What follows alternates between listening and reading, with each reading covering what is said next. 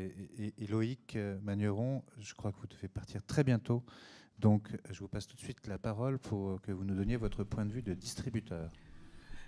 Oui, bonsoir. Oui, je suis désolé parce que j'ai un film qui sort après-demain en salle et c'est mon premier exercice comme distributeur. Mon métier premier, c'est l'exportation de films. Donc, je vais essayer de parler de la problématique entre la raison et la passion. Un exportateur de films, c'est d'exporter des films, de les vendre et de les faire circuler un peu partout dans le monde, d'amener une expertise à un producteur pour que ce film ait une vie commerciale sur les différents médias dans les différents pays respectifs. Et la grande difficulté, c'est que pour le cinéma d'auteur, si on parle de globalisation, la réalité, c'est que leur vie commerciale et leur promotion devient de plus en plus difficile face aux films commerciaux ou aux studios américains, dû au fait à une nouvelle génération qui aujourd'hui va avoir 10 ou 12 ans, qui sont les spectateurs de demain et qui n'ont peut-être pas la même culture ou la même connaissance que leurs parents ou leurs grands-parents. Donc je pense que l'exportateur est face à cette réalité de marché. Dans la vie de ma société et mon parcours personnel, dans l'exportation, je me suis toujours battu pour les premiers films. Beaucoup de films de femmes, beaucoup de films humanistes, politiquement incorrects, etc. etc. La vie de ces films a de plus en plus de difficultés, pas seulement étrangers, mais aussi en France. Regardez ce qu'il y a sur le service public, regardez sur la chaîne privée, etc. etc. Je ne vous apprends rien.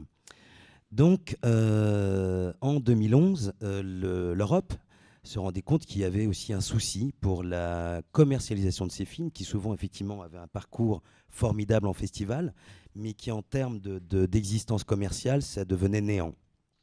Je n'ai pas tout à fait les chiffres, mais je crois qu'il y a quelques années, la France produisait peut-être plus de 200 films par an, ça c'est sûr, mais je crois qu'il y en avait moins de 50 qui étaient vendus dans plus de 10 pays. Ça, c'est une réalité de marché. Donc effectivement, créativité, production, formidable, puisque mon papa était réalisateur, donc je ne suis pas de ceux qui disent qu'il y a trop de films. Au contraire, je trouve que plus il y en aura, plus il y aura de créateurs, plus il y aura de diversité, et plus il y aura de bons films. Maintenant, la raison était qu'il fallait que je réfléchisse, et pas seulement, puisque la Communauté européenne, à l'époque, dans le cadre de Media Mundus, qui avait fait des appels à projets sous l'égide de la Convention de l'UNESCO, avait cherché des intervenants privés pour leur amener des idées, des modèles économiques qui pouvaient inciter à la commercialisation et la circulation des films, à la fois en Europe et hors Europe. Et à l'époque, dans le cadre de Media Mundus, c'était les films européens dans les territoires tiers et les films non européens en Europe. Et il fallait trouver un système pour les aider à circuler et à être commercialisés. Donc j'ai créé un label qui s'appelle Ion Film, et j'en suis très fier parce que l'idée était très basique, c'était comment on incite les distributeurs à acheter ces films, à les exposer, prendre le risque financier de les sortir en salle, et de créer une synergie entre différents professionnels, producteurs, distributeurs, exploitants, festivals, puisque effectivement il y a un vrai souci entre les distributeurs et les festivals, quelquefois qui ne travaillent pas ensemble, qui n'ont pas le même planning en termes de sortie. Et l'idée était toute simple de se dire on va essayer de trouver quelques distributeurs dans un pays, quelques festivals partenaires, et de manière à ce qu'ils fassent partie de ce réseau. Même chose dans différents pays. Et on a été soutenu donc par Media Mundus pour donner une aide financière et coordonner un moyen de différents intervenants pour qu'ils puissent sortir surtout des premiers films, et principalement des premiers films à la fois en Europe et hors Europe. Il y a eu Creative Europe, donc ce qui fait que le modèle a un peu changé, puisque maintenant c'est principalement et c'est uniquement les films européens en Europe et hors Europe, donc ce qui a changé un peu le modèle de notre label. Mais aujourd'hui, moi qui suis un vrai vendeur de films, donc qui suis obligé d'avoir un regard mercantile, et pas seulement mercantile, d'avoir un regard commercial sur les films, nous avons dans ce label plus de 111 partenaires dans le monde.